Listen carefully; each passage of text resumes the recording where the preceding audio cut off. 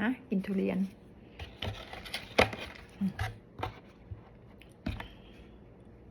หัวใหญ่เลยเนาะ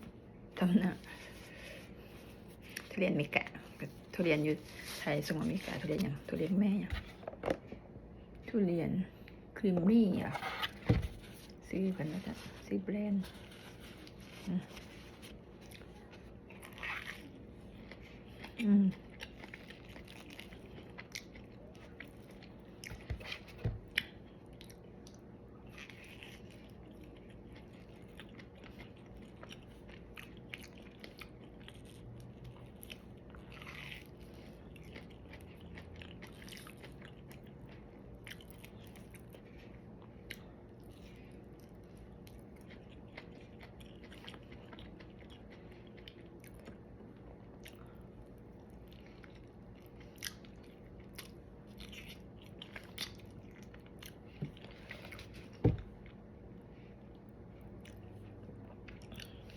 ขมแบบแซ่บอยู่